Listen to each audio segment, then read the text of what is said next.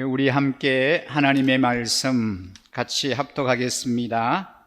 구약성경 에스겔서 40장 1절에서 4절 말씀입니다. 에스겔서 40장 1절 말씀부터 함께 합독하겠습니다.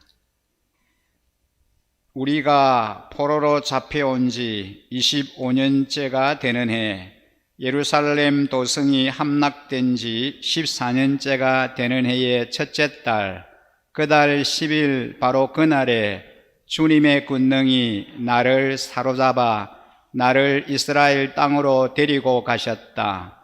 하나님께서 보여주신 환상 속에서 나를 이스라엘 땅으로 데려다가 아주 높은 산 위에 내려놓으셨는데, 그 산의 남쪽에는 성읍 비슷한 건축물이 있었다.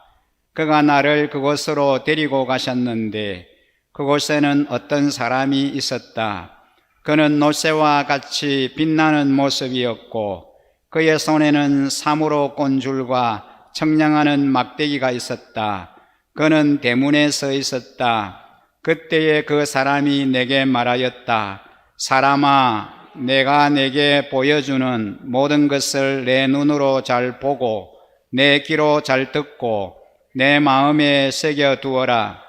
이것을 내게 보여주려고 너를 이곳으로 데려왔다. 내가 보는 모든 것을 이스라엘 족속에게 알려주어라. 아멘. 오늘 부활주일을 맞이해서 또 예배의 자리에 나오신 사랑하는 우리 일신가족 여러분, 또 우리 청소년 여러분, 또 너무나 보고 싶었던 우리 어린이, 유치부, 초등부 여러분들 너무 환영하고 또 축복합니다. 여러분들과 함께 현장에서 이렇게 예배를 드릴 수 있다는 것이 얼마나 큰 기쁨이고 또 감사인지 모르겠습니다. 이제 2월 마지막 주일부터 약 한 2개월 동안 우리가 하나님 앞에 나와서 예배드리지 못하고 또 이제 가정에서 온라인 영상으로 예배를 드려왔습니다. 참 감사한 것은 이제 부활절을 맞이하면서 또 우리 1, 2부로 나누어서 현장에서 함께 예배를 드릴 수 있다는 것이 얼마나 감사한지 모르겠습니다. 우리 어린이들 참 많이 보고 싶은데요, 그동안에 볼 수 없어서 참 마음이 많이 안타까웠습니다.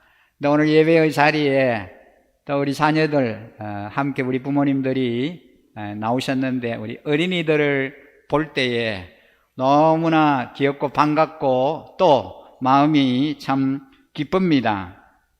오늘은 예수님의 부활과 우리의 회복이라고 하는 주제로 함께 말씀을 같이 나누고 싶습니다.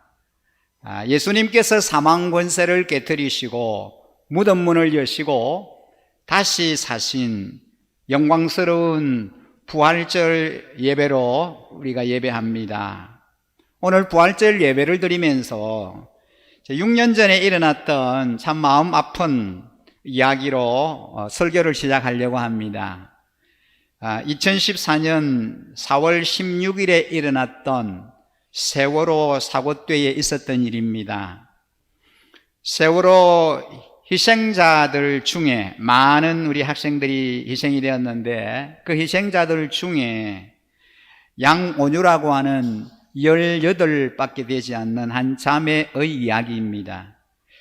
이 자매의 아버지는 양봉진 집사고 어머니는 백영란 집사입니다. 극동방송에서 2014년 7월 10일 전파선교사 인터뷰 전문의 내용을 함께 좀 소개하고 싶습니다. 그 인터뷰를 하면서 첫 질문이 무엇이냐 하면 어떻게 그렇게 딸을 잘 키우셨습니까? 라는 내용입니다. 극동방송의 전파선교사 양봉신 백영란 집사님은 안산 명성교회에 출석을 했는데 부모는 이제 딸을 잘 키운 탓에 세월호 사고 때 이 딸을 천국으로 보냈습니다. 단원고등학교 2학년 2반 반장이었던 고 양온유 자매는 세월호 갑판까지 나왔다가 친구들의 비명소리를 듣고 친구들을 구하기 위해서 다시금 객실 안으로 들어갔습니다. 그 온유의 부모님은 구조된 친구들로부터 온유가 객실로 다시 들어갔다는 그 소식을 전해 들었습니다. 태명이 부활이었던 이 아이가 18되는 부활절에 부활해서 천국으로 갔습니다. 그 온유의 태명이 부활이었다고 합니다. 4월 16일에 세월호 사고가 있었고 3일 뒤에 온유가 31번째 희생자로 발견이 되었는데 그날이 4월 19일 바로 부활절이었습니다. 온유의 태몽도 바다였다고 합니다. 돌아보건대 이 모든 것이 하나님의 계획하심이다라고 생각해요. 온유 아버지 양봉진 집사가 그렇게 말을 했습니다. 이 사고 소식을 듣고 진도에 내려가면서 저희 아이 이름이 생존자 명단에 없을 거라고 직감을 했어요. 친구들을 두고 나올 아이가 아니거든요. 온유는 항상 그랬으니까요. 아버지가 그렇게 얘기합니다. 이 온유는 밝고 그리고 총명한 아이였습니다. 초등학교 때는 교내에서 IQ가 제일 높았다고 합니다. 4학년 때 컴퓨터와 관련된 자격증을 독학으로 땄다고 합니다. 초등학교 1학년 때 잠깐 다녔던 피아노 학원은 집안 사정으로 그만두게 되었는데 독학을 하다시피 해서 음악 심리 상담사를 꿈꿀 정도로 피아노 실력을 갖추었습니다. 하나님께서 이 온유에게 충만한 지혜를 주신 거죠. 교만할 법도 한데 이 아이는 겸손과 사랑이 넘쳤습니다. 고등학교 1학년 때는 학년 대표를 했고 2학년 때는 반장이 된 후에 학년 대표에 출마를 하려고 했지만 친한 친구가 나간다는 소식을 듣고 출마를 양보했습니다. 토요일에는 고등부 예배 찬양팀 연습 등으로 교회에서 예배를 준비했고 주일에는 모두가 기피하는 주일 일부 예배에 반주를 맡아서 섬겼습니다. 이 사남매의 맞이로서 어려운 집안 형편을 생각해서 편의점에서 아르바이트를 했지만 짜증 한 번 내지 않았다고 합니다. 이 온유의 친구들은 온유를 비타민과 같다라고 했습니다. 이 온유가 희생자로 발견이 되고 이 양집사 부부는 장례 절차를 준비했습니다. 단원병원에서 장례를 치렀는데 장례식장도 깨끗하고 300명 정도를 수용할 수 있을 정도로 아주 넓은 공간이었습니다. 우리가 빨리 장례를 치르고 비워줘야 다른 아이들의 장례를 치를 수 있으니까 이틀 동안만 장례를 치렀다고 합니다. 따로 부고도 하지 않았는데 하루 동안에 1,500명이 빈소를 찾아주었습니다. 1,500명 중에는 그 경기도 도지사도 있었는데 이 경기도지사는 온유의 장례가 끝나고 난 후에 아버지 양봉진 집사가 관리집사로 섬기는 안산명성교회를 찾아서 담임 목사님과 면담 후에 기도를 받았다고 합니다. 장례식장에서 만났던 이 양집사 부부의 평안하고 담대한 모습에 놀라 그 사랑하는 맏딸을 잃어버린 이 부부가 너무나 평안하고 이제 담대한 그 모습을 보고 놀라서 기독교 신앙이 무엇인지 알고 싶어서 교회를 찾았다는 겁니다. 온유는 천국으로 떠나는 길에도 그렇게 복음을 전했습니다. 극동방송 2014년 7월 10일 전파 선교사 인터뷰의 전문입니다. 한 어린아이가 하나님께 편지를 썼습니다. 사랑하는 하나님, 오늘 금요일 우리는 2주간 휴가를 떠납니다. 그래서 교회를 빠지게 되었습니다. 우리가 돌아올 때까지 교회에서 잘 계시기 바랍니다. 참 하나님은 언제 휴가 가시지요? 하나님을 교회에다 떼어놓고 휴가를 갔다 왔을 때 혹시 하나님께서 교회에 계시지 않을지도 모른다는 걱정을 하는 내용은 어린 아이다운 생각입니다. 어린이기 때문에 그런 생각을 하는 거예요. 그런데 우리 중에 어떤 분들은 믿음 생활을 하면서 이 어린아이처럼 그렇게 생각하는 사람들이 없잖아 있습니다. 하나님은 교회에 계시고 주일날에만 하나님을 만나러 온다 하는 거죠. 하나님 교회에 계시니까 하나님 만나기 위해서 주일날 교회를 나온다는 겁니다. 만약 우리 중에 이런 생각을 가지고 교회 다니는 분이 있다면 그분은 종교 생활을 하고 있는 분입니다. 종교 생활이란 한마디로 종교적인 공덕을 쌓는 거지요. 교회 다니는 것도, 헌금을 하는 것도, 교회에서 열심히 봉사를 하는 것도, 기도하고 금식 기도하고 선한 일을 하려고 노력하는 것 등 자신의 구원을 위해서 내가 무언가를 하는 것이 종교 생활입니다. 그렇게 해야 내가 구원받는다고 생각하는 거예요. 그래서 열심히 뭔가를 하는 겁니다. 그러다 보니까 이렇게 하는 것이 많을수록 자신은 믿음이 좋다고 생각하는 분들이에요. 또 어떤 분은 나는 주일 예배를 한 번도 빠진 적이 없고 새벽 기도도 열심히 하고 11조도 드리니까 분명히 천국에 갈 수 있을 거야, 그렇게 생각합니다. 그런데 문제는 사업이 잘 되고 가정도 편안하고 자녀들이 좋은 대학도 가고 그리고 좋은 직장에 들어가서 모든 하는 일들이 잘 되면 이런 분들은 구원을 받은 것 같이 생각합니다. 근데 열심히 교회 다니지만 문제가 생기게 되면 예를 들어 사업이 잘 풀리지 않고 어려워지고 자녀들이 직장에 들어가지도 못하고 질병에 걸리게 되면 아니 내가 이렇게 열심히 교회에서 봉사하고 교회를 섬겼는데 왜 나에게 이런 일이 생기는 거야? 하나님 죽어서 살아서 어떻게 나에게 이럴 수가 있어? 이러는 겁니다. 여러분, 이런 분들은 바로 종교 생활을 하고 있는 분들입니다. 그렇다면 종교 생활이 아닌 믿음 생활이라고 하는 건 뭘 의미하는 건가요? 한마디로 주님과 동행하는 삶입니다. 부활하신 예수님과 함께 살아가는 것, 주님과의 행복한 동행이 바로 믿음 생활입니다. 부활하신 주님은 거룩한 영, 성령으로 우리 안에 계시고 늘 우리와 함께 계십니다. 오늘 예배하는 우리 모든 성도님들, 우리 자녀들과 늘 함께 하시고 동행하시는 겁니다. 우리의 가정과 직장, 우리가 어디에 있든지 무엇을 하든지 주님은 늘 우리와 함께 계시는 줄 믿습니다. 여러분, 그렇게 믿으시죠? 이게 믿음 생활입니다. 이렇게 믿고 주님과 늘 함께 걸어가는 삶을 사는 것, 그게 믿음 생활이에요.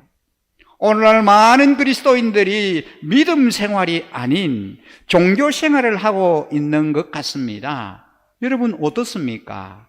그렇다면 여러분, 왜 수많은 그리스도인들이 생생한 하나님 체험이 없는, 재미없는 종교 생활을 하고 있을까요? 그것은 자신의 삶의 현장에서 부활하신 예수님과 동행하는 놀라운 믿음의 비밀을 놓치고 살아가고 있기 때문입니다. 여러분, 믿음 생활에서 가장 중요한 것은 교회 열심히 출석하는 것, 봉사 많이 하는 것, 헌금도 잘하는 것, 그것도 중요합니다만 진짜 중요한 것은 주님과 동행하느냐라는 겁니다. 우리는 이것을 알아야 됩니다. 정말 내가 주님과 동행하는 삶 사느냐? 정말 주님이 나와 함께 하느냐? 이거예요. 어느 교회에 목사님이 부임을 했습니다.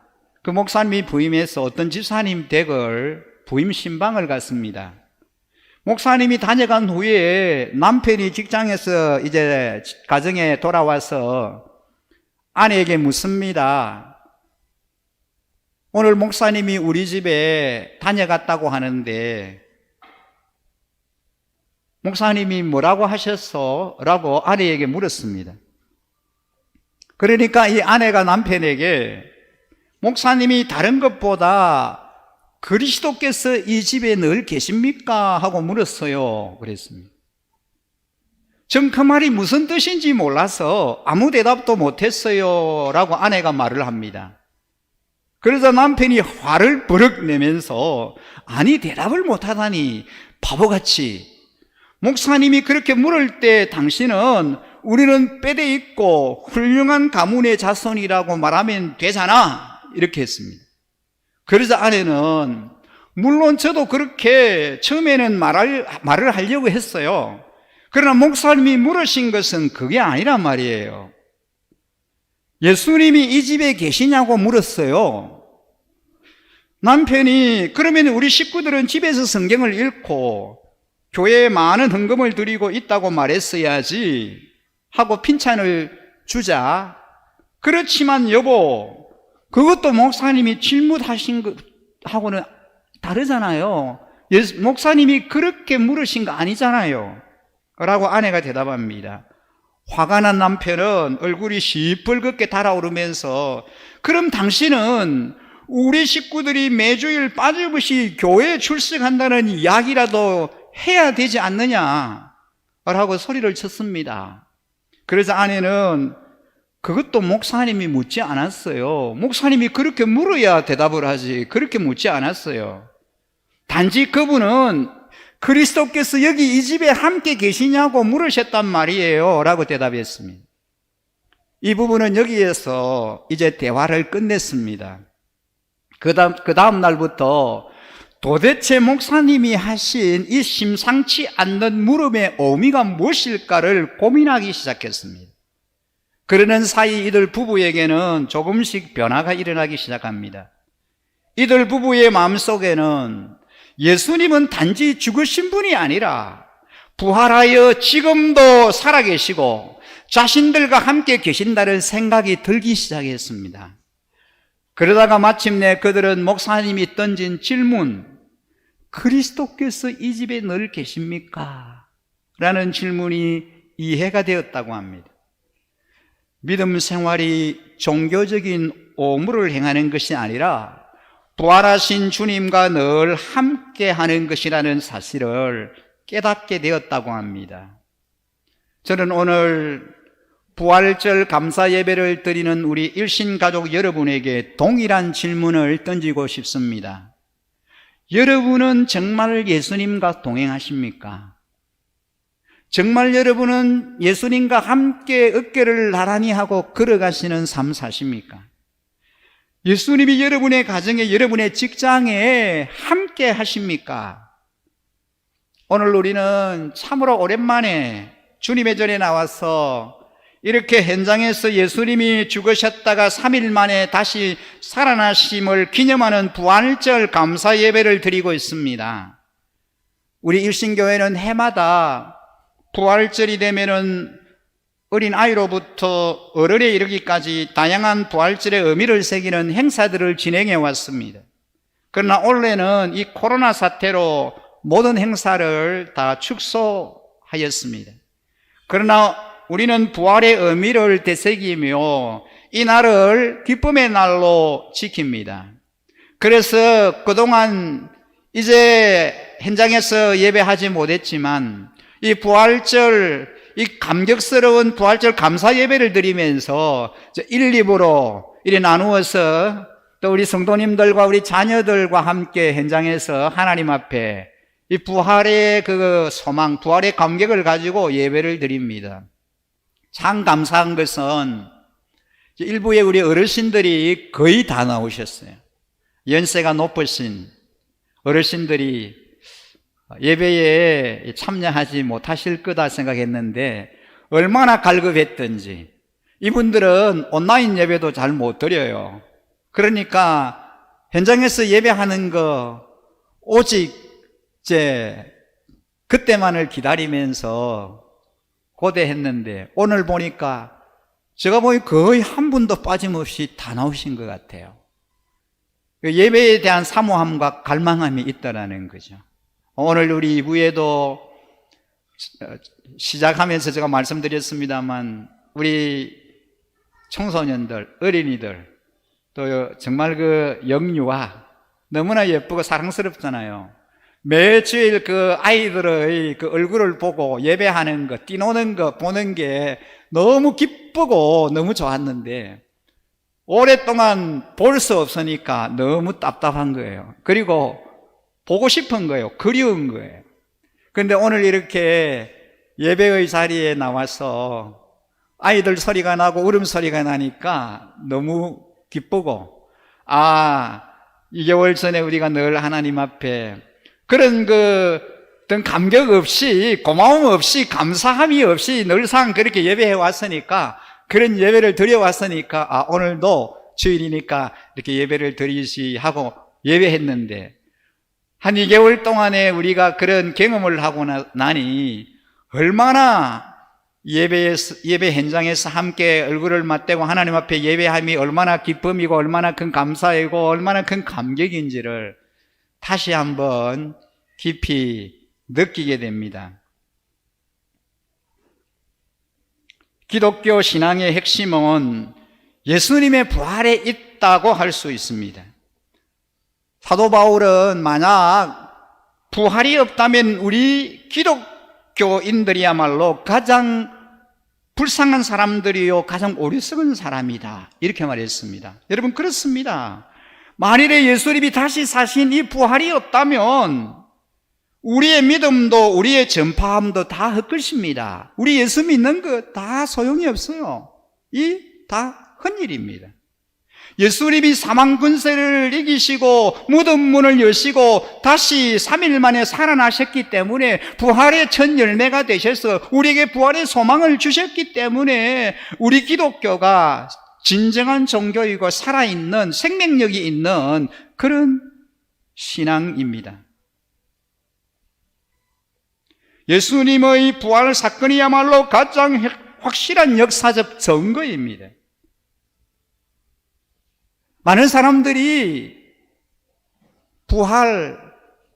부활절 그러면 예수님의 그 부활을 보여달라는 거예요. 봐야 믿겠다는 것입니다. 정말 죽었다가 다시 살아나신 이 부활을 눈으로 직접 봐야 믿을 수 있겠다는 거예요.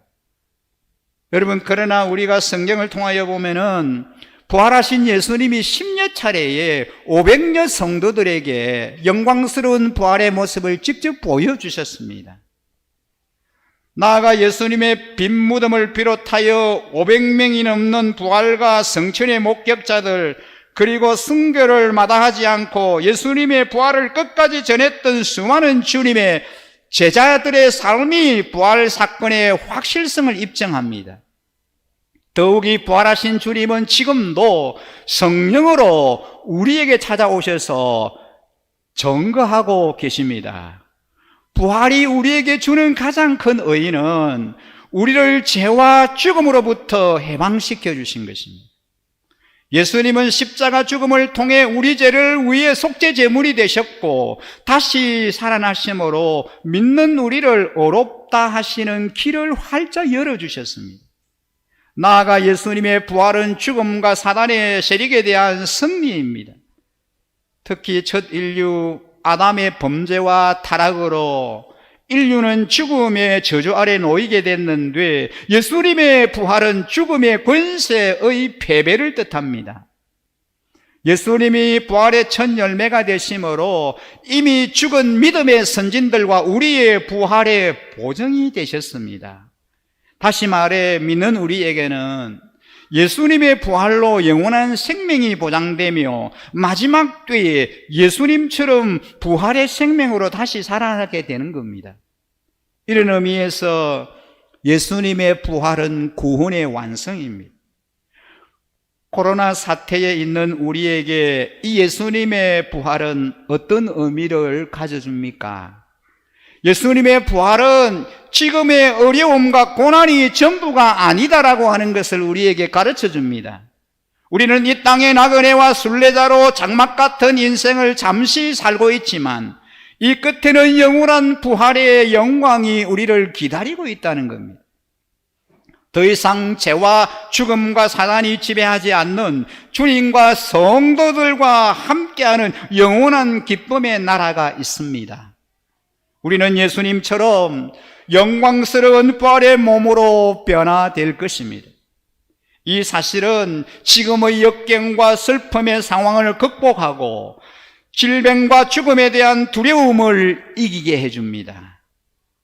나아가 이 땅에 소망을 두는 것이 아닌 영원한 천국과 하나님이 주실 상급을 바라보며 살게 됩니다. 현재의 고난은 장차 나타날 영광과 좋게 비교할 수 없다라고 하는 믿음으로 살아가야 합니다. 지금의 어려운 상황 속에서도 우리는 늘 감사하고 담대하게 나아가십시다. 부활의 주님과 늘 함께 동행하는 우리 일신교의 모든 성도들의 삶 되시기 바랍니다. 부활의 소망을 품고 힘찬 걸음을 걸어가시기 바랍니다. 여러분, 우리는 에스겔서를 요즘 묵상하고 있습니다. 에스겔서는 보좌에 계신 천상의 왕에 대한 환상으로 시작해서 하나님이 거하실 새 성전과 새 성읍에 대한 환상으로 이제 마무리가 됩니다. 이 에스겔서 이제 마지막 부분을 우리가 지금 묵상하고 있잖아요. 그 본문을 보면 오늘 우리가 이제 에스겔서 40장 초반부만 봤는데 40장, 41장, 42장, 43장 쭉 이렇게 보면 유다 백성이 포로로 붙잡혀 바벨론으로 끌려온 지 25년이 되는 해, 25년이 포로되어 이제 바벨론으로 붙잡혀 온 지 25년이 지났습니다. 그리고 예루살렘이 완전히 성전이 함락된 후에 14년이 지났을 때입니다. 바로 그때 하나님의 권능이 에스겔을 이스라엘의 땅으로 데리고 가서 마지막 환상을 보여줍니다. 하나님의 영광이 성전을 떠나는 현상을 보았고 성전의 멸망을 전했던 에스겔이 이제는 하나님의 영광이 되돌아오는 새 성전의 환상을 봅니다. 에스겔이 본 마지막 환상은 성전 회복의 환상입니다. 성전이 다시금 회복된다는 거예요. 재건된다는 그런 환상을 보았습니다. 그가 본 환상은 BC 586년 바벨론 군대에 의해서 무참하게 파괴된 과거의 예루살렘 성전이 아닙니다. 회복될 하나님의 도성 새 예루살렘 성전입니다. 에스겔이 더욱 감동을 할 수밖에 없었던 이유는 그곳이 바로 그의 근무처였다는 사실이에요. 그는 제사장이었기 때문입니다. 제사장이니까 성전에서 섬기잖아요. 그의 간격은 이루 말로 다 할 수 없었습니다. 포로 신분에서 조국 예루살렘 성을 보았고 더군다나 여호와 하나님을 예배하는 성전을 보았기 때문입니다. 하나님이 예루살렘 성전을 재건시켜 주시겠다라고 하는 그 비전을, 그 환상을 보여준 거예요. 그때 그 나이가 50세입니다. 여러분, 우리도 그런 감동이 있었으면 참 좋겠습니다. 매일 말씀을 읽고 말씀을 묵상할 때에 그런 감탄이 있었으면 좋겠고 일상생활 속에서 그런 하나님의 놀라운 체험을 하면서 살았으면 참 좋겠습니다. 그렇다면 에스겔이 그렇게 성전 환상을 보고 기록한 이유가 무엇일까요? 그것은 무엇보다도 성전은 이스라엘 백성들 가운데 거하시는 하나님의 나타남을 상징하는 곳이기 때문입니다. 여러분, 성전은 하나님이 계시는 곳이잖아요. 즉 성전이 그렇게 자세하게 언급된 이유는 하나님의 회복의 역사가 곧 시작됨을 알리기 위함입니다.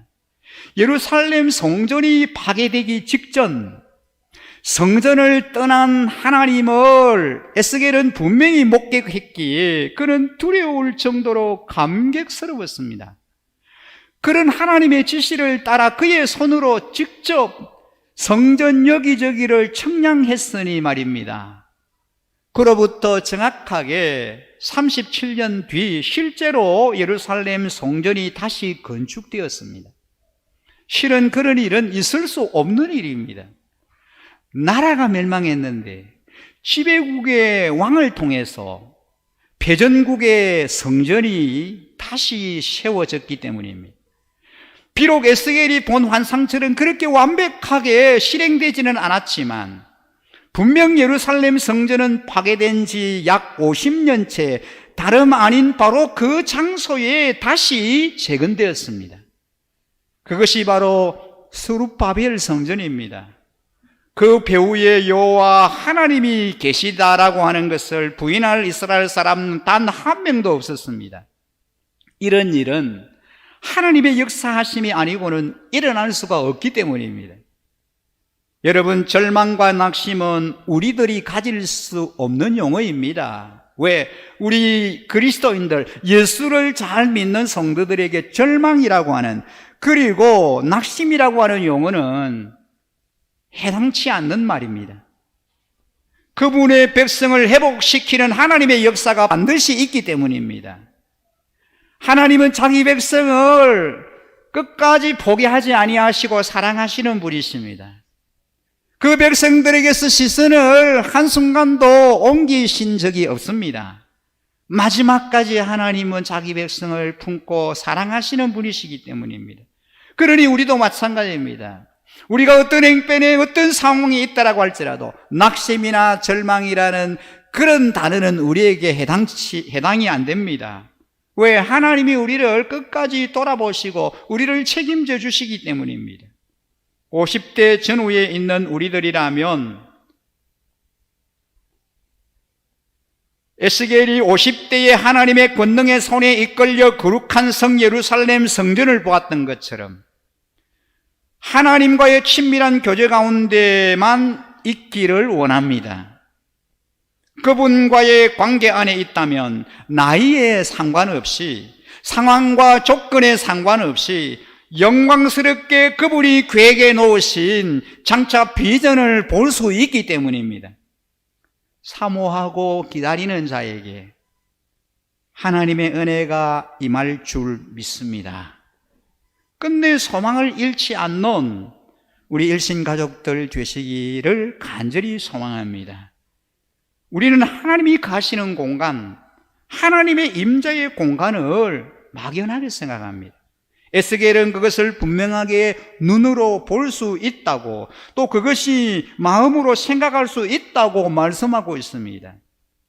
이스라엘 사람들이 죄를 짓고 나서 하나님을 떠나게 되니까 성전이 완전히 파괴되었습니다. 하나님을 만날 수 있는 공간이 이제 무너졌습니다. 그런데 에스겔을 통해서 분명히 성전이 다시 회복될 것이다라고 말씀하십니다. 하나님은 에스겔에게 새로운 성전, 새로운 예배, 새로운 성읍의 환상을 보여주셨듯이 오늘을 사는 우리에게도 회복될 새하늘과 새 땅을 보여주셨습니다. 완성될 하나님의 나라의 환상은 반드시 이루어질 것입니다. 이스라엘은 그들의 자악으로 인하여 처참하게 무너지고 멸망했습니다. 이렇게 허무하게 이스라엘은 끝나버리는 것일까요? 하나님의 백성, 하나님이 함께 하시는 이 이스라엘이 이렇게 허무하게 역사 속에서 완전히 사라져 버릴까요? 그렇게 사라지도록 하나님이 내버려 두실까요? 절대로 그렇지 않습니다. 놀랍게도 하나님은 여러 선지자를 통하여 이스라엘의 회복을 약속하십니다. 반복해서 이스라엘이 회복될 거라고 약속하셨습니다. 약속의 말씀을 주셨습니다. 이스라엘을 모든 죄에서 건지실 메시아 그리스도가 오셔서 다시 이스라엘을 세우시고 성전을 온전히 회복하실 것이다라고 말씀하십니다. 하나님은 이상 중에 회복될 성전을 보여주심으로 구원의 소망을 품게 하셨습니다. 하나님은 에스겔을 통해서 회복의 소망을 주시고 마음에 새겨 전하게 하십니다. 하나님께서 우리에게 구원의 복음을 주신 이유도 우리의 마음에 새겨 전하게 하시기 위함입니다. 성전의 회복은 가장 깊고 엄밀한 하나님의 처소고 지성소의 회복입니다. 이제 성령 안에서 성전된 우리는 가장 깊은 곳인 마음의 중심까지 하나님께 내어드려야 합니다. 아직 닫혀있는 내 마음에 쳐서 하나님의 시선이 닿지 않는 나만의 영역이 있다면 미루지 말고 하나님이 그곳에 임하여 통치하시고 다스리도록 내어드려야 합니다. 오늘날의 성전은 성령님을 모시고 사는 우리 성도 자신입니다. 성전이 절대로 거룩한 처소이듯 성도 자신과 그의 삶도 거룩해야 합니다. 우리의 삶의 중심에 하나님을 모시고 거룩한 삶을 이어가는 성전된 삶 살아가시기를 간절히 축복합니다. 다시 회복될 수 없을 정도로 철저히 망가지고 망해버린 이스라엘을 사랑의 하나님께서 다시금 회복시켜 주십니다. 이스라엘의 죄 때문에 그들을 떠나버린 하나님의 영광이 이제 다시 되돌아옵니다. 떠나셨던 왕이 자신의 집으로 돌아오시자 성전이 영광으로 가득하게 찹니다. 성전으로 돌아오신 하나님은 에스겔에게 성전이 하나님의 보좌가 있는 곳이고 하나님이 발을 두는 곳임을 알리시면서 이스라엘 자손과 더불어 영원히 살겠다라고 말씀하십니다. 거룩하신 하나님과 다시 함께 살게 된 이스라엘 백성은 반드시 거룩해야 합니다.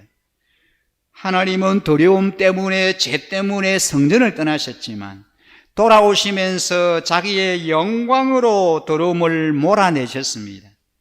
하나님은 우리 속의 모든 추하고 더러움을 몰아내고 우리를 성전 삼으셨으니 우리의 삶을 하나님의 영광으로 빛나게 해 주실 것입니다.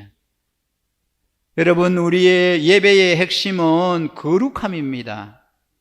성전의 규례 중에 가장 먼저 제단에 관하여 말씀하시는 것은 제단이 정결해야 속죄 제사가 가능했고 속죄 제사를 통해서 거룩하게 되기 때문입니다.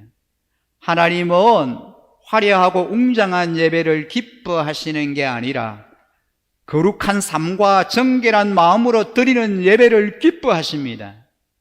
우리는 예배의 회복을 통하여 우리의 일상의 삶이 거룩한 리듬을 잡아가도록 해야 합니다. 우리는 이스라엘의 회복을 보면서 우리 각인의 진정한 회복에 최선을 다해야 합니다. 무엇보다도 하나님 앞에 예배의 회복이 일어나야 합니다. 죄를 범한 이스라엘 백성이 하나님께로 회개하고 돌아올 때에 진정한 회복이 일어났습니다. 바로 그때 하나님은 그들은 내 백성이 되고 나는 그들의 하나님이 될 것이다 라고 약속하셨습니다. 하나님이 주인이 되어 주시겠다라고 말씀하십니다. 완전한 회복은 독생자이신 예수님이 이 땅에 오셔서 십자가를 지시고 생명을 버려주심으로 우리를 죽음에서 살려내시는 겁니다. 십자가를 지시고 하나됨을 허락하시고 부활의 감격을 허락해 주셨습니다. 하나님과 소원했던 우리 안에 현장에서의 삶을 담아드리는 예배를 통하여 참된 회복이 일어나야 할 줄 믿습니다. 다시 한번 예배가 회복되고 우리의 일상의 삶의 회복이 일어나기를 소망합니다. 다시 한번 우리 안에 주님의 전을 사모하고 갈망함이 일어나기를 간절히 소망합니다. 포로로 끌려간 이스라엘 백성이 바벨론에서 살고 있었지만 그들의 마음은 항상 고국 예루살렘 성전에 있었습니다. 그들은 성전을 바라보며 마음을 품고 영원한 성전을 바라보면서 살았습니다. 오늘을 사는 우리도 이 땅에 주님의 전을 마음에 품을 뿐만 아니라 영원한 성전을 소망 삼고 살아야 합니다. 항상 주님의 전을 마음에 담고 살아가십시다. 우리는 주님의 전을 사랑하며 마음에 품고 살아가야 합니다. 주님의 전은 하나님이 다스리는 곳이며 우리의 고향입니다. 우리가 영원히 갈 우리의 본향입니다. 하나님의 몸된 교회를 향한 갈망과 사모함이 우리 안에 가득함을 이번 코로나19를 통해서 우리는 절실히 느꼈습니다. 주님의 전에 나와 함께 교제하며 소리 높여 찬양하며 예배함이 얼마나 큰 복인지 우리는 절감했습니다. 우리 일신가족들이 함께 한 가족 공동체로 주님을 예배하고 즐거운 애찬을 나누며 삶을 나누는 이 목장 모임을 통해서 우리가 활력을 얻고 용기와 위로를 얻는다는 사실을 깨닫는 시간들이었습니다. 우리는 이번 일을 통해서 우리의 가족 공동체의 소중함을 다시 한번 발견했습니다. 함께 삶을 나누고 기도 제목을 나누고 중보하며 아름다운 교제함이 있는 가족 공동체로서의 목장의 소중함을 다시 한번 깨닫는 그런 기회였습니다. 사랑하는 일신가족 여러분, 우리는 항상 주님의 전을 사모하며 가슴에 품고 한 날 한 날을 살아가야 하겠습니다. 우리의 마음이 주님으로 가득 차 있어야 합니다. 우리가 찬 현실이 아무리 힘들어도 주님의 성전으로 가득하고 주님으로 가득 채워져야 하겠습니다. 주님의 전을 사모하며 사랑하는 삶 살아내기를 소망합니다. 주님만이 내 삶의 주인 되심으로 하나님의 나라를 소망하며 살아가시기 바랍니다. 이번 한 주 내내 우리 예배당 현장에서 예배를 우리 성도님들과 함께 드릴 수 있다는 그런 벅찬 기대감을 가지고 말씀을 준비하면서 이 찬양이 머리를 떠나지 않았습니다. 은혜 아니면 살아갈 수가 없네. 호흡마저도 다 주의 것이니 세상 평안과 위로 내게 없어도 예수 오직 예수뿐이니 크신 계획 다 볼 수도 없고 작은 고난에 지쳐도 주께 묶인 나의 모든 삶 버티고 견디게 하시니 은혜 아니면 살아갈 수가 없니 나의 모든 것 다 주께 맡기니 참된 평안과 위로 내게 주신 주 오직 예수뿐이네. 여러분 그렇습니다. 우리는 은혜 아니면 한순간도 살아갈 수 없습니다. 이번 코로나를 겪으면서 더 심각하게 이 사실을 느끼게 되었습니다. 오직 예수뿐입니다. 다른 길이 없습니다. 다른 방법 없습니다. 다른 대안이 없습니다. 오직 주님의 은혜뿐입니다. 우리는 주님의 은혜로 지금까지 살아왔습니다. 아니, 앞으로도 여전히 주님의 은혜로만 살아갈 것입니다. 주님의 은혜가 아니면 아무것도 할 수 없습니다. 아니, 아무것도 아닙니다. 그렇습니다. 모든 것 다 주님의 은혜입니다. 오늘 우리가 다시 한번 부활의 소망을 가지면서 지금 나의 나 된 것 다 하나님의 은혜라고 고백하면서 앞으로의 우리의 남은 날들도 하나님의 은혜, 주님의 은혜 가운데 승리하는 삶 살아가기를 소망합니다 라고 하는 고백으로 이 찬양을 힘차게 함께 하나님 앞에 올려드리고 싶습니다.